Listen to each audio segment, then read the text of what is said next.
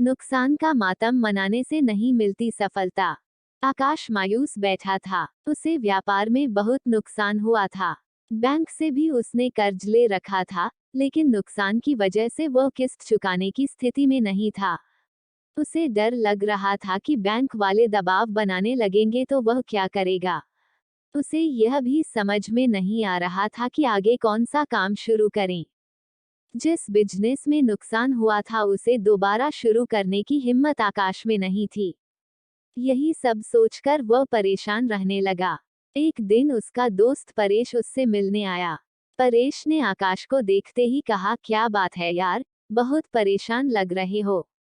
आकाश ने अपनी परेशानी छुपाने की कोशिश करते हुए कहा, कुछ नहीं यार, बिजनेस में थोड़ा उतर चढ़ाव आता रहता है। परेश ने कहा, तुम्हारा चेहरा बता रहा है कि मामला गंभीर है।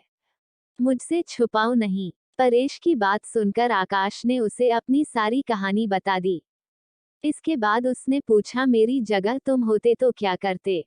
परेश ने थोड़ा सोचने के बाद कहा, अगर मैं तुम्हारी जगह होता तो अपनी असफलता पर पछतावा नहीं करता। आगे क्या करना है, उस पर विचार करता। पछतावा करते रहने से आदमी नुकसान से डेक से बाहर नहीं निकल पाता है। मेरी मानो तो तुम नए सिरे से अपने बिजनेस को खड़ा करने की सोचो। मित्र की सलाह के बाद आकाश ने कहा, तुम बात तो ठीक कह रहे हो, लेकिन मुझमें फिर से वही बिजनेस शुरू करने की हिम्मत नहीं है। इस पर परेश ने कहा, यह सही है कि तुम्हें नुकसान हुआ है, लेकिन तुम्हें तजुर्बा भी मिला है।